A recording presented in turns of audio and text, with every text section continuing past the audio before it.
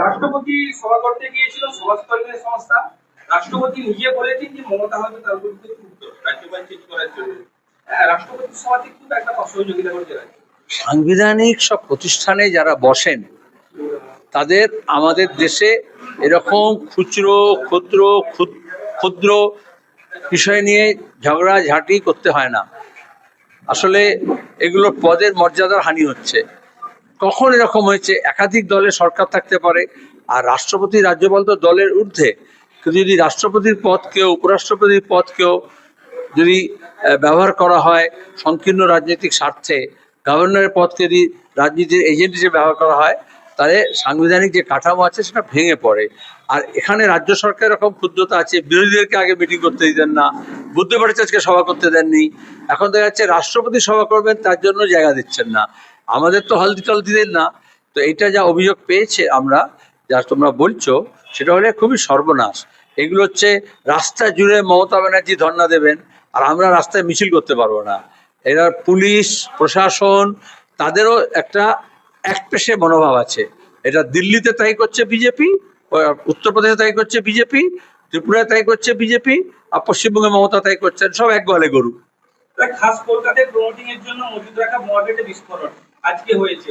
শান্তিপূর্ণ নির্বাচন, তার আগে এই ধরনের ঘটনা ছিল।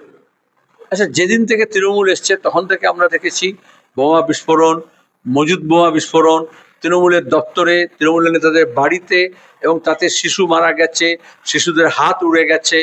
মমতা বলেছেন এগুলো পটকা বাজি কারখানা। তার সঙ্গে একজন তৃণমূল আরেকজন তৃণমূলকে খুন করেছে, প্রমোটার কাউন্সিলরকে খুন করছে, কাউন্সিলর প্রমোটারকে খুন করাচ্ছে। এ তো মাৎসর ন্যায়। এটা খোঁজ কলকাতায় এমন করে বলছে এটা প্রথম হলো। এরা গত 15 বছর ধরে পশ্চিমবঙ্গের এটা হচ্ছে দৈনিক দিনলিপি। আর এই জন্যই মানুষ অতিষ্ঠ, কারণ নিরাপত্তা নেই। আগে তৃণমূলে যেত লোকে যে তৃণমূলের ছত্রছায়া থাকলে মাথা বাঁচবে, এখন তাদেরই মাথা বেশি করে ফাটছে। সুতরাং তৃণমূলের ছাতার তলায় যারা জড়ো হয়েছে তাদেরকে দ্রুত সেখান থেকে বেরিয়ে আসতে হবে। রাহুল সিনহার মনোনয়ন নিয়ে অভিযোগ তুলেছে তৃণমূল, বলছে অনেক গ্রুপ থাকা সত্ত্বেও কমিশন তা কি করে এই কাগজপত্র গৃহীত হবে। আমি জানি না, এগুলো রিটার্নিং অফিসার সে দেখে, সিও সেটা দেখবে, ইসিআই দেখবে। কিন্তু যদি প্রশাসন পক্ষপাতদুষ্ট হয়ে যায়, পঞ্চায়েতে যেরকম রাজ্য বিজেপির হয়ে দলদাস বৃত্তি করে সরকারি অফিসার, এখন ইলেকশন কমিশনের লোকজনও দেখছি দলদাস বৃত্তি করছে। মুখ্যমন্ত্রী বলেছে ভবানীপুরে ইতিমধ্যে 60 জনের নাম বাদ হয়েছে, বলছে পারলে সব বাদ দিয়ে দিন, তবু আমি জিতে দেখাবো। মুখ্যমন্ত্রী এখন চিন্তা ভবানীপুর, তার নিজের পরিবার। 60,61 লোক মানুষ হচ্ছে তোমার গিয়ে অ্যাডজুডিকেশনে গেছে, 60 লক্ষ ডিলিট হয়েছে। উনি নিজেই বলেছেন 1,20,000 বাদ যাবে, বিজেপি বলেছে, উনিও বলেছেন, আগে থেকে জানতেন। তালিকা প্রকাশের আগেই তিনি বলেছেন 1 লক্ষ, আমার একটা খবর আছে 1,20,000 বাদ যাবে। তার মানে যেরকম জগদীপ ধনখড়কে উপরাষ্ট্রপতি করার সময় হেমন্ত বিশ্ব শর্মা, মমতা আর জগদীপ ধনখড় দার্জিলিংয়ে লুকিয়ে বৈঠক করেছিলেন, এখন যেরকম রাজ্যপাল পরিবর্তনের ব্যাপারে গোপনে যেরকম কথা হয়ে গেছে অমিত শাহ এবং মমতার মধ্যে, এরকম 1,20,000 বাদ যাবে, 1,20,00,000 বাদ যাবে, এটাও বিজেপি তৃণমূল আপোষে ঠিক করে নিয়েছিল। এটাই তো স্পষ্ট। এখন উনি গোটা রাজ্যের মানুষ, মালদা, মুর্শিদাবাদ, 2 দিনাজপুর, 2 24 পরগনা, এই খোদ মিদনাপুর, তারপর হচ্ছে তোমাকে বর্ধমান, সর্বত্র মানুষ দিশেহারা। মমতা ব্যানার্জি এখন নিজের পরিবার আর নিজের ভোট আর নিজের কেন্দ্র নিয়ে ব্যস্ত, রাজ্যের কথা ভুলে গেছেন। শেষ না হলে নির্বাচনে অংশগ্রহণ নয়, বিজেপি রাজ্য সভাপতি আজকে জানিয়েছে। খুব লাফাচ্ছিল, খুব নাচছিল, কি হলো তার? তেল ফুরিয়ে গেল ইরানের যুদ্ধে পরে? তো দিল্লি থেকে তেল নিয়ে তবেই তো নাচানাচি করে বিজেপির নেতারা, এই সভাপতি হোক, আগের সভাপতি হোক, ভবিষ্যতে সভাপতি হোক। ওদের নিজেদের একটু বিচার বুদ্ধি আছে? তাহলে রোহিঙ্গা বাদ যাবে, জিহাদি বাদ যাবে, বাংলাদেশি বাদ যাবে, এইসব বলেছিল। আর এখন বিজেপি যারা সমর্থক, উদ্বাস্তু কলোনিতে, মতুয়াতে যারা বিজেপি করেছিল, তারা এখন দল ছাড়ছে। এখন চোর পালালে বুদ্ধি বাড়ে।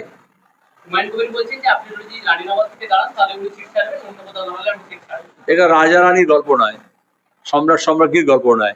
বামফ্রন্ট আলোচনা করছি, আমরা আসন সমঝোতা করেছি, তারপরে বৃহত্তর বামফ্রন্টের বাইরে যারা বাম শক্তি তাদেরকে নিয়েছি, তারপরে বিজেপি আর তৃণমূলের হয়ে কথা বলবে না, তাদের পক্ষে যাবে না, এরকম লোকজনের সঙ্গে আমরা কথা বলবো। আর আমি কোথায় দাঁড়াবো সেটা আমার দল ঠিক করে, আমিও ঠিক করি না। আর সে তো অন্য কোনো দলের নেতা কি করে ঠিক করবে? আর আমি আগে থেকে প্রথমে তোমাদের এখানে ঘোষণা করে দিচ্ছি, আমাদের পার্টি রাজ্য সম্পাদক হওয়ার পরে আমি যখন বিধানসভা নির্বাচনের প্রস্তুতি 1 বছর আগে থেকে নিচ্ছিলাম, তখন আমরা সিদ্ধান্ত গ্রহণ করে নিয়েছি যে আমি আদৌ দাঁড়াবো কিনা। যে রাজ্যপালের পাশে বসতে মমতা বন্দ্যোপাধ্যায়ের ভয় লাগতো, সেই রাজ্যপাল চলে যাওয়ার পরে তিনি কার্যত ক্ষোভ প্রকাশ করেছেন এবং ভোটের আগে এইভাবে রাজ্যপাল চেঞ্জ করাকে কি অন্যভাবে কোনোভাবে দেখছেন? আমি অন্যভাবে কোনোভাবে দেখবো কেন? সব দিক থেকে দেখছি। বিজেপির কি স্বার্থ, তৃণমূলের কি স্বার্থ, মমতার কি স্বার্থ, শুভেন্দুর কি স্বার্থ, অমিত শাহের কি স্বার্থ, সব দেখতে হয়। এটুকু বুঝি, রাজ্যের স্বার্থে এটা নয়। মুখ্যমন্ত্রী মমতা বন্দ্যোপাধ্যায় আজকে মঞ্চ থেকে ঘোষণা করলেন যে যুবসাথী প্রকল্পের আজ থেকে 1,000 টাকা করে ওরা মঞ্চটা কিসের জন্য হয়েছে? সরকারি প্রকল্প ঘোষণার জন্য? ওরা কার, সরকারের না তৃণমূলের? এই যে মঞ্চ করেছেন, ধর্ণা মঞ্চ না সার্কাসের তাঁবু, সেটা নাকি বিয়ে বাড়ির আসর, আমি জানি না, কিন্তু সেটা কিসের জন্য? আর তৃণমূলের থেকে করা হয়েছে না সরকারের তরফ থেকে? আমার প্রথম প্রশ্ন করেছো তোমরা তাকে? যদি তৃণমূল হয়ে থাকে তাহলে সেখানে সরকারি ঘোষণা কেন? আর যদি সরকারি হয়ে থাকে সেখানে রাজনৈতিক লড়াই কেন? যুবসাথী প্রকল্প ঘোষণা করছেন, আর অন্যদিকে হরিশ্চন্দ্রপুরে বিডিও বলেছে যে যুবসাথী যারা আবেদন করেছে তাদের ভোটার কার্ড দেখাতে হবে, এবং যারা অ্যাডজুডিকেশনে গেছে, বিচারাধীন গেছে, তাদের দরখাস্ত আপলোড করা হবে না। পুরো ইসিআই যা করেছে ওনারা তাই করছেন। ওদিকে কদিন আগে দেখেছিলে মুর্শিদাবাদে বলেছিল, মালদাও বলেছিল যে কোনো জমির আওয়াজ প্রতিদিন শুনতে পাচ্ছি। কখনো সাম্প্রদায়িক বিভাজনের কথা বলছে, কখনো মারামারি খুনোখুনির কথা বলছে, কখনো নিজের স্বার্থের কথা বলছে। আমরা এটাকে আবার আমাদের রাজ্যের যে সভ্যতা, আমাদের দেশের, আমাদের রাজ্যের যে সিভিলাইজেশনাল ভ্যালুস, গণতান্ত্রিক মূল্যবোধ, আমাদের যে মানবিক মূল্যবোধ, আমাদের যে সম্প্রীতি এবং সংস্কৃতি নিয়ে যে আমাদের ভাবনা, যা স্বাধীনতা আন্দোলনের আগে থেকে গড়ে উঠেছে, স্বাধীনতার পরে গড়ে উঠেছে, এখানে যে বাম মনস্কতা, তাকে আমরা আবার পুনরুদ্ধার করতে চাইছি। কারণ বাংলার যদি পুনর্জীবন করতে হয় তাহলে বামপন্থার পুনর্জাগরণ দরকার। সে কাজটাই আমরা করছি। এখানে দাঁড়িয়ে বিজেপি কি করলো, তৃণমূল কি করলো, সব নাটক, সব খেলতামাশা, সব প্রহসন বন্ধ হয়ে যাবে একবার যদি বামপন্থীরা একটা হয়ে চ্যালেঞ্জ ছুড়ে দিচ্ছে।